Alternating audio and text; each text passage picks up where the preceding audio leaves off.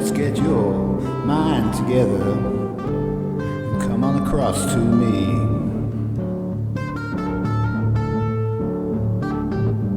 We'll hold hands and we'll watch the sun rise from the bottom of the sea. But first, are you experienced? Have you ever been experienced?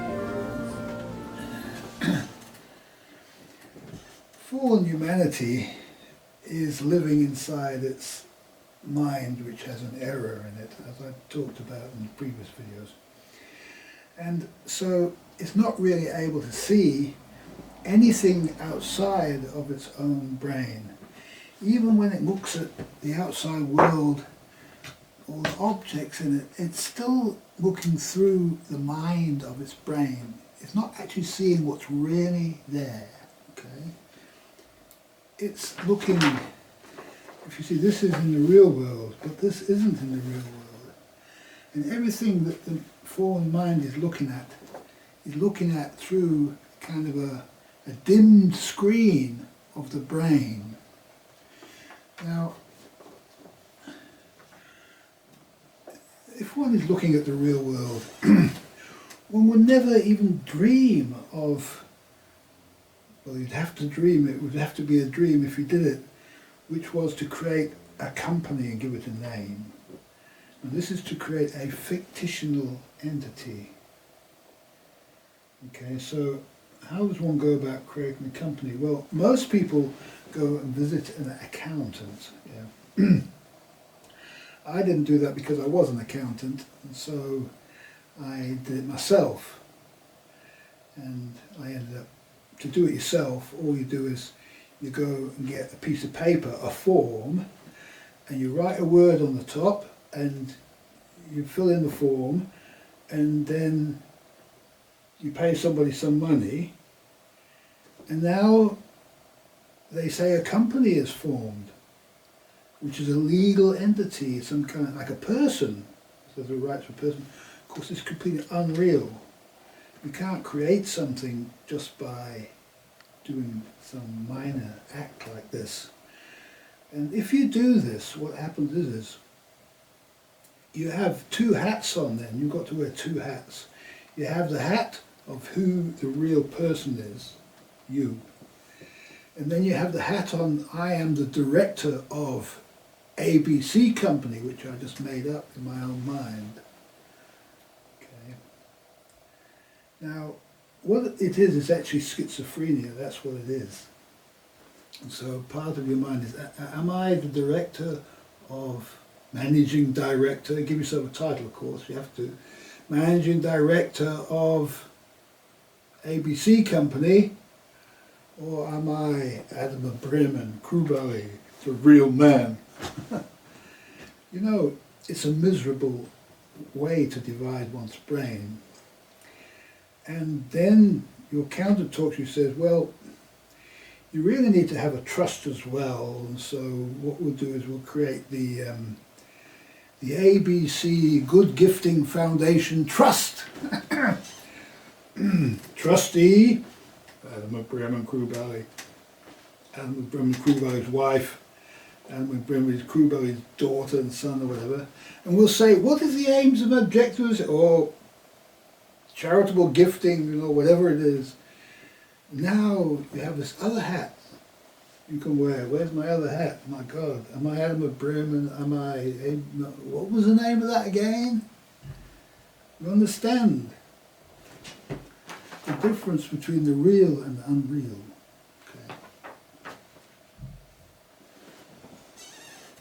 Now, when you were a baby, they took you to a christening probably, and they dabbed some water on your forehead and said, I christened this baby Little Johnny. Okay, so Little Johnny is actually a real event in your life. You can remember an event when you were a person. If you came inside your mother's womb, you didn't have a name. Then they gave you a name. Okay. Now when you're old enough, and you become a man, and you go through your rite of passage, nature will give you another name. And this name can come to you in a number of ways. It can come to you from inside, like you might have a dream that you will have a new name, or somebody can just come up to you and say, and call you it by mistake. 2 or 3 people call you by this name by mistake. You think, oh my God, there's something going on here. You find your name, okay, and then you may find yourself, you may find yourself in a wonderful house, you may find yourself in a wonderful car, you may find yourself in a wonderful Berufung. You have a calling now, okay? Then you may find yourself with a wonderful name. And you, in that moment, you say, I am that I am Adam, okay? Or whatever. Now you're Adam. And sooner or later, you will find the water baptizing you as Adam, and the oil will you as Adam, okay?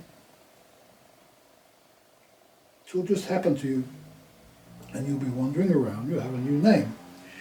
And nobody will know who you as your new name, but at some point you'll be told in no uncertain terms from your inner guidance that you have to tell everybody who calls you by your old name, your new name, and you have to have nothing to do with those people, okay, who won't call you by a new name, because that's the devil himself who won't call you by your new name. Okay, only once. If you do it once, you're finished with them. Okay, finished with them. That's the devil himself. And so, an individualist, which is a real human being, is responsible for their own name. And when they change it, they change it. They don't have to fill any papers in. They just change their name, and that's it. Okay. Now, if somebody in the world sends you a bill, they'll just send it to whoever they send it to. You don't have to worry about changing that. You just leave that alone, because just you can't get involved with these organisations, fake organisations of the world. The real organisation is organising you in every divine moment to becoming and being what you are.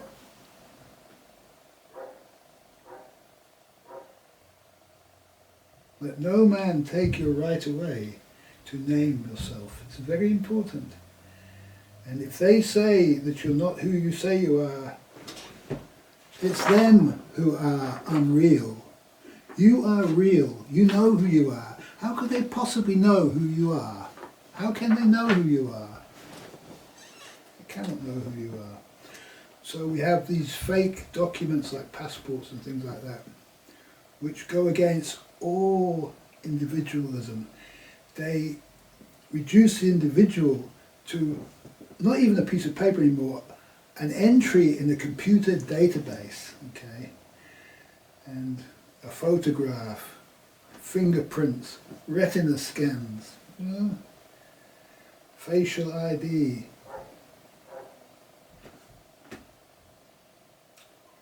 It's a terrible world, and it needs to go. It's not necessary to have all this organisation. And it's not going to protect anything from anything, because what it's going to do, it's already created the school shooter Ethan Crumbley. It created him because of it exists. It terrorised Ethan Crumbley to becoming a school shooter. It's not Ethan Crumbley's fault that he shot at the school. It's the system's fault. The organisation of it. It didn't give Ethan a proper place. Didn't allow nature to organise Ethan's life and the rest of humanity into something which would be real to Ethan and not be something unreal. That's enough. I think this is a short chapter. The dog doesn't like it, don't like it. it's a dog, you know. The system is a dog, and it needs to be put back into the hands of the real people, not the unreal organisationalists and their fake corporations. Okay, I've said.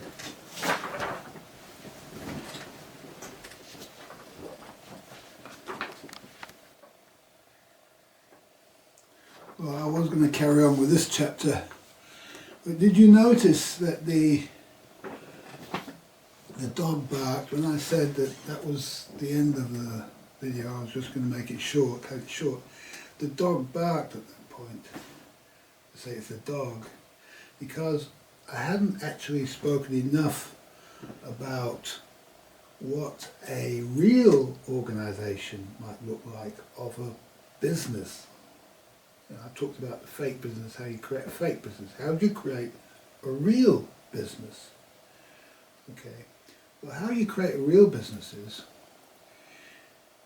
you build a workshop in your house, you make stuff, or you offer a service, and then you put a sign up outside your door that says your name, John Smith, carpenter, right?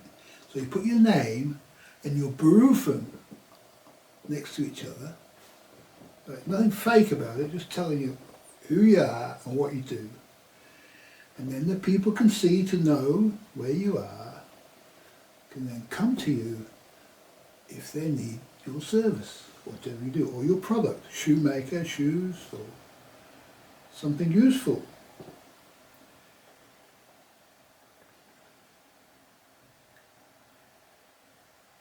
And when you take your son on as apprentice, then you'll change your name to John Smith and Son. Okay, so now you can see where these names of businesses, where they really came from, because they were real, natural organisations. Right?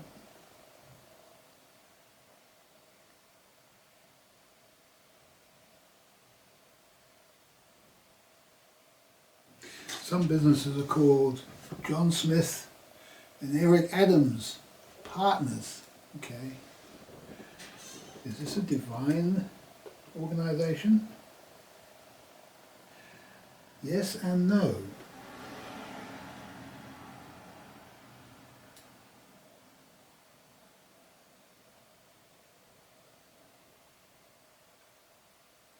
It isn't a natural form of organisation.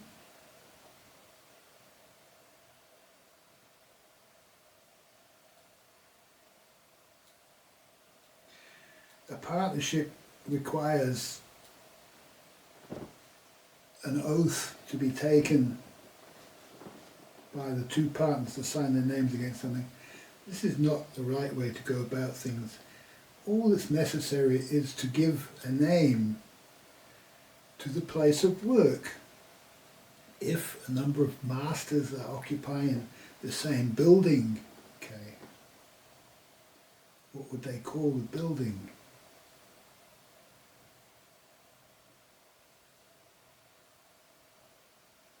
They might call it Bromyard Carpenters. Okay, we're in Bromyard, and there's all the carpenters in Bromyard. Because they've decided to share their tools, so that they need bigger machinery, stuff that they share, so they all occupy the same building. And then you go into the building Bromyard Carpenters, and then each place of work of the individual carpenter would have John Brown Carpenter above his workspace, or his sub shop or whatever, and or John Brown and Son, or whatever it would be. Okay, so this is a natural organisation, and out of the carpenters' hall, if you like, that they made, that would be the origin of the Carpenters Guild, because all the carpenters would meet together on tea, take tea together, take lunch together, chat about carpentry matters, and get to know who was the greatest carpenter amongst them. And the greatest carpenter would be the big chief carpenter, okay, the master carpenter. And if there was a meeting at the town hall, only the guild masters would be allowed to be part of that group. And anybody that turned up would be allowed in if they were a master. And if there wasn't enough space, too many people, then the master carpenter, the greatest of them all, carpenters, acknowledged by all to be able to produce the best work, having produced the greatest masterworks, he would be known to all. He would represent the group of carpenters. Okay. And if there was a meeting at the regional level, then there would be other carpenters who would then know who was the part of, they would get to meet each other from time to time, so on and so forth. Maybe not, maybe it never has to happen at that level, I don't know. Yeah, but it organised itself naturally. There's no need to have a political organisation. It never was a political organisation. It was simply organised through the guild of farmers, really. The farmers were the landowners, they're the original lords. And as they had to take on board servants and slaves, people who were not masters anymore, had lost their properties and their lands and so on and so forth, they would then go and work for other farmers, and they would have to become servants of those farmers, serfs if you like. Yet serfdom, which is slavery, should result after 7 years of them being allowed to become apprentices. Part of the apprenticeship should be part of their training, and then eventually to take on to become masters again in their own right. Okay. Now, if we allow nature to organise us, it will create a beautiful world which is far better than anything that we can see today. If we carry on allowing fallen and demonic humanity to organise nature over and above nature's organising plans, destroy nature's organisation, then what we'll have is we will just have the end of the world. That's the end of it, yeah. And so when it gets to this point, this is why I am sent specially to give this message to humanity. The time is up. It's necessary to now come to terms with this organisational problem.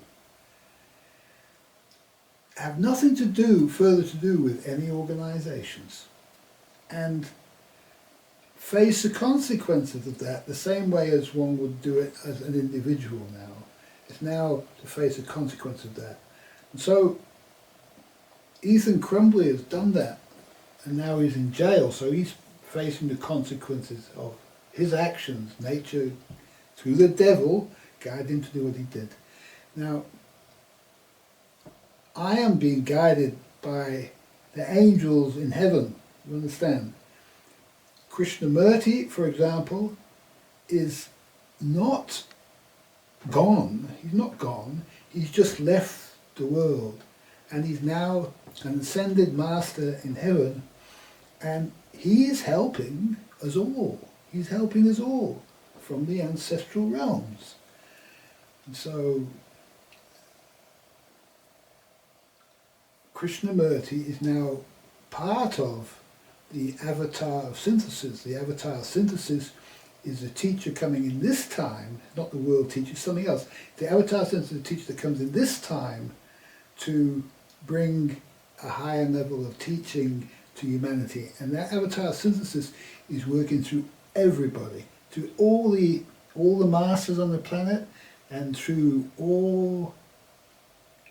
every enlightened person is being guided internally by the avatar of synthesis.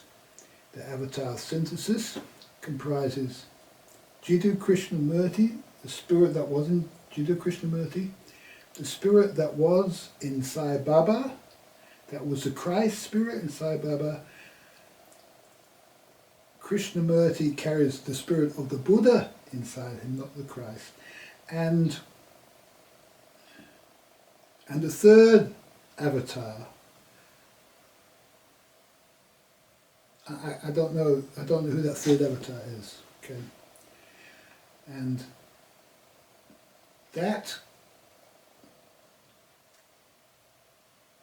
avatar of synthesis is leading the world through this particular end time, which is a 24,000 year cycle that's going on now. Okay, so it's bigger than the cycle that happened 2,000 years ago. It's a very big cycle. And so you can see the kind of historical events like the World War I, World War II, World War III, and all the wars that surround us. Nothing like this has ever happened in history. The total destruction of the planet and the total destruction of the ecosystems and turning the whole planet from divine nature into fallen and demonic nature. This is never by filling the world with concrete and steel and poisoning the oceans and reducing all the animal and fish life to zero. This has never ever happened in the history of the planet. And so it's a very, very, very big thing, and it's a special time that we're in. And so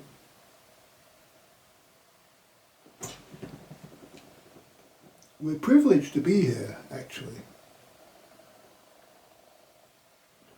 For those who pass through this experience, there's a great future. It doesn't have to be here, it can be on another planet. You don't need Elon Musk's spaceship to travel through the stars.